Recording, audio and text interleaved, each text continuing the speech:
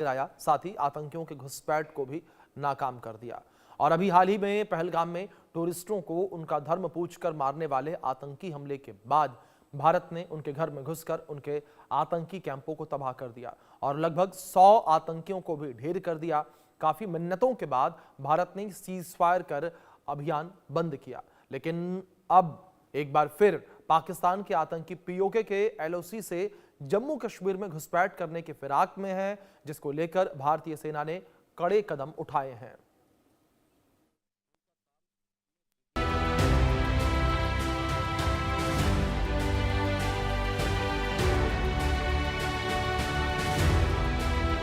आतंकवाद के खिलाफ जीरो टॉलरेंस की नीति हमारे देश ने अपनाई है। जम्मू कश्मीर के कुपवाड़ा जिले में आतंकियों और सुरक्षा बलों के बीच मुठभेड़ हो गई, जहां भारतीय सेना ने जाबाजी दिखाते हुए 2 आतंकियों को ढेर कर दिया तो दूसरे आतंकवादियों को घुसपैठ की कोशिश नाकाम कर दी।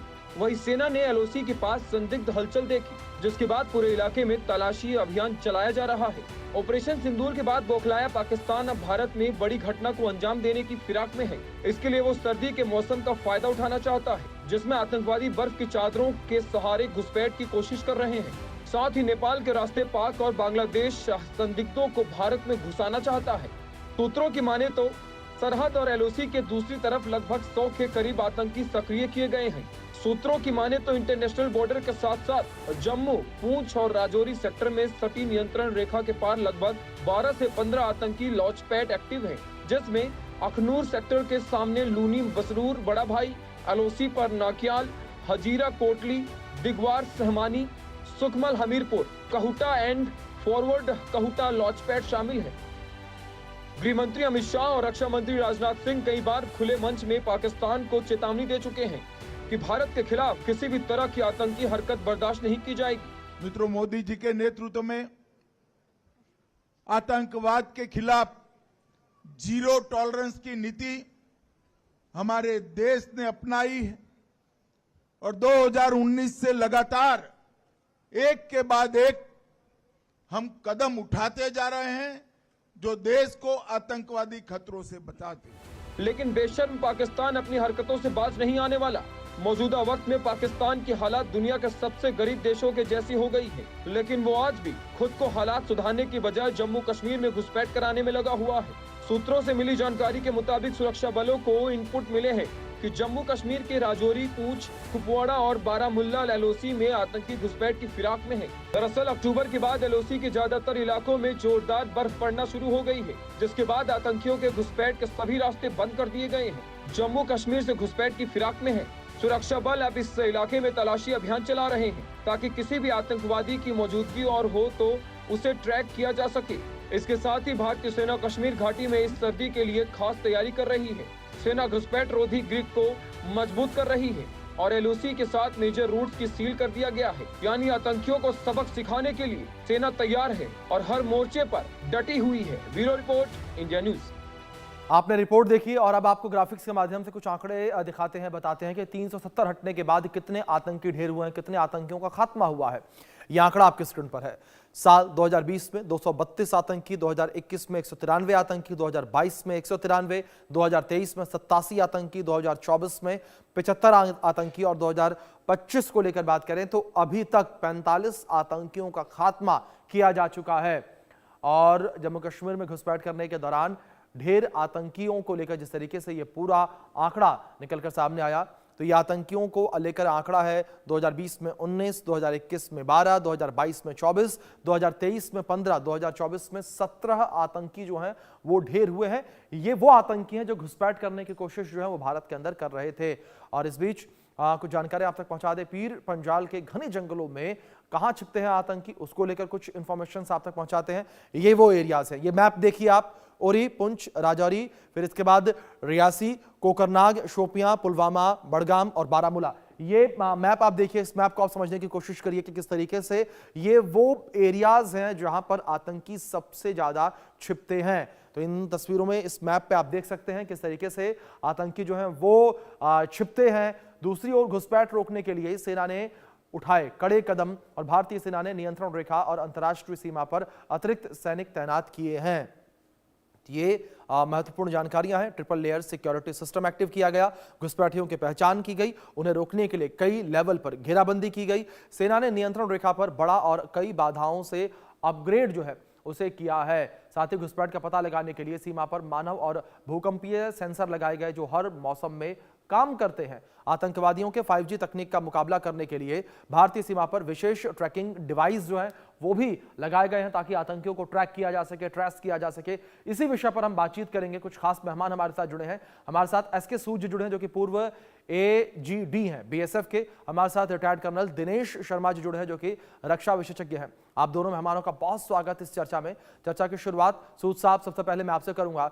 सूद साहब, जो ये लगातार घुसपैठ की कोशिशें देखने को मिलती हैं आतंकिस्तान यानी कि पाकिस्तान की तरफ से, जब आप BSF में रहे तो क्या चुनौतियां आप लोगों के सामने आती थी इन आतंकी गतिविधियों को रोकने को लेकर? नमस्कार। पहली चीज तो मैं AGD नहीं था, ADG था, एडिशनल DG। तो ये करेक्शन आप कर लीजिएगा। बिल्कुल बिल्कुल सर। और जो चुनौतियां जो सीमा पर काम करते हुए आती हैं, वो सबसे बड़ी चुनौती ये है कि मैंने जैसे कि जम्मू में और LC पर भी काम किया है, तो जब ये मिलिटेंट्स आते हैं तो इनको पाकिस्तानी सेनाओं द्वारा, पाकिस्तानी जो भी वहां पर रेंजर्स हैं उनके द्वारा फायर कवर दिया जाता है, जिससे हमारे ट्रूप्स को बहुत मुश्किल हो जाता है कि मूवमेंट करके इनको इंटरसेप्ट करने में। जी। आमतौर पर ये टैक्टिक्स वहां पर अडॉप्ट की जाती। दूसरी चीज है कि जो LC जहां पर है, लाइन ऑफ कंट्रोल, बहुत ऊंचाइयों पर ट्रैगाम में या वहां पर बहुत 10-10, 11-12 हजार फुट के ऊपर फोर्सेस हैं, वहां पर जो ये हाइट्स पे नहीं चलते हैं, ये पासेस को ढूंढते हैं जी जाने के लिए, जबकि हमारी डिप्लॉयमेंट हाइट्स पर है, FDLs के ऊपर है। तो वहां से जब तक हमारे पेट्रोल्स जाते हैं तब तक ये लोग डिसअपीयर हो जाते हैं, और इसके लिए सेकंड लेयर की बहुत आवश्यकता है, सेकंड लेयर में उनको इंटरसेप्ट किया जा सके। तो ये प्रॉब्लम आती है, और खासतौर पर सर्दी के समय में तो बर्फ का होता है, परंतु मैं ये कहना चाहूंगा कि सर्दी के मौसम में ये जो LC के थ्रू इन्फिल्ट्रेशन काफी कम हो जाता है, क्योंकि ये मिलिटेंट्स के लिए भी उतना ही मुश्किल होता है जी।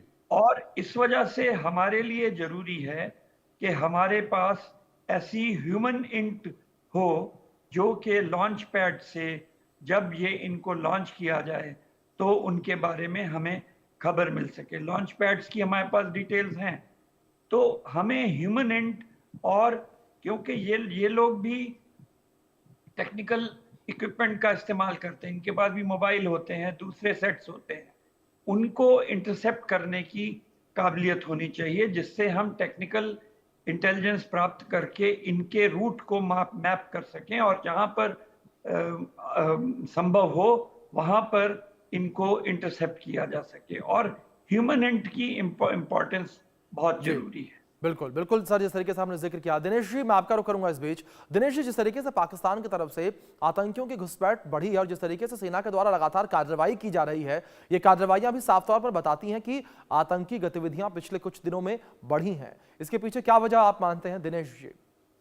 देखिए जी साहब, ऐसा है कि ऑपरेशन सिंदूर के बाद जो है पाकिस्तान आर्मी और पाकिस्तान की जो ISI है, उन्होंने जो पहले उनके ट्रेडिशनल ट्रेनिंग कैंप होते थे, जैसे जैश का था भावलपुर में था, जहाँ LET का था लाहौर के पास था, जहाँ अन्य जो इनके हैं, अब इन्होंने छोटे छोटे ग्रुप्स के अंदर जो हैं deep inside the POK territory के अंदर, और कुछ ये भी इंटेलिजेंस खबरें आई हैं कि ये जाके KP के एरिया के अंदर भी एस्टेब्लिश कर रहे हैं। तो अभी बेसिक इनका जो एम है, क्योंकि ये इन्फिल्ट्रेशन जो है ये बहुत ही एक जटिल मुद्दा है, और जैसा कि हमारे ADG साहब ने बता दिया था, क्योंकि बेसिकली LOC की तरफ से चंद एक प्लेसेस है जहां से ये जो है इन्फिल्ट्रेशन होती है। अब आप कहेंगे कि जब आपको मालूम है तो फिर हमारी भारतीय सेना, जब हमारी BSF रोक क्यों नहीं पाती, लेकिन जब आप ले ऑफ द ग्राउंड देखते हैं, जिस प्रकार के टरेन है, जिस प्रकार का वहां पर बीच के अंदर नाले हैं, जिस प्रकार की ट्रेन है, तो ये physically humanly not possible to keep पूरा का पूरा इलाका जो है अंडर सर्वेलेंस रखना।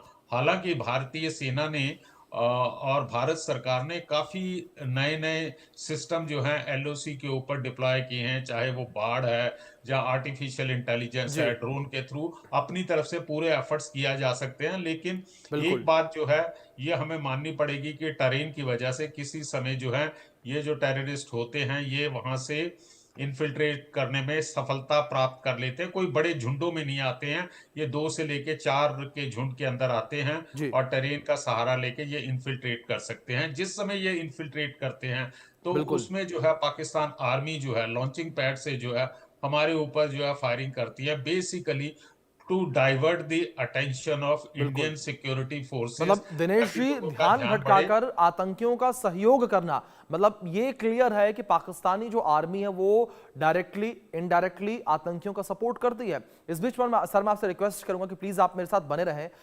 एक सर्वे हमने किया, उस सर्वे में कुछ सवाल अपने अपने दर्शकों से पूछे, उसके आंकड़े किस तरीके से निकलकर सामने आए हैं वो अपने दर्शकों को बताते हैं। हमने सर्वे में सबसे पहला सवाल जो पूछा कि क्या अनुच्छेद 370 हटाए जाने के बाद जम्मू में आतंकी घुसपैठ बढ़ गई है। अब इसके आंकड़े किस तरीके से निकलकर सामने आए हैं वो आपको हम बताते हैं इस बिग बॉल पर। और ये हमारा सर्वे में पूछा गया पहला सवाल था कि क्या अनुच्छेद 370 हटाए जाने के बाद आतंकी घुसपैठ बढ़ी है। तो ये कुछ आंकड़े निकलकर सामने आए। आतंकी हमले बढ़े, 33% लोगों ने माना। आतंकी घटनाओं में कमी आई है, ये 60% लोगों ने माना है। यानी कि ज्यादातर लोगों का मानना 370 हटने के बाद आतंकी घटनाएं कम हुई हैं। आगे बढ़ते हैं सवाल नंबर 2, सर्वे नंबर 2 के पास, जहां क्या भारतीय सेना आतंकी घुसपैठ को नाकाम कर रही है, इस पर आपकी राय क्या है, ये सवाल हमने पूछा अपने दर्शकों से। इसके आंकड़े क्या वो देखिए आप। आंकड़े ये आपकी स्क्रीन पर। अब घुसपैठ रोकने के लिए कड़े कदम उठाए, 55% लोगों ने मारा। हर मोर्चे पर सेना डटी है, 43% लोगों ने माना। यानी कुल मिलाकर सेना के सपोर्ट में लोग नजर आए। लोगों का मानना है कि सेना काम कर रही है। अब बात करते हैं सर्वे में पूछे गए तीसरे सवाल को लेकर, भारत सरकार की आतंक विरोधी नीति पर आपकी राय क्या है।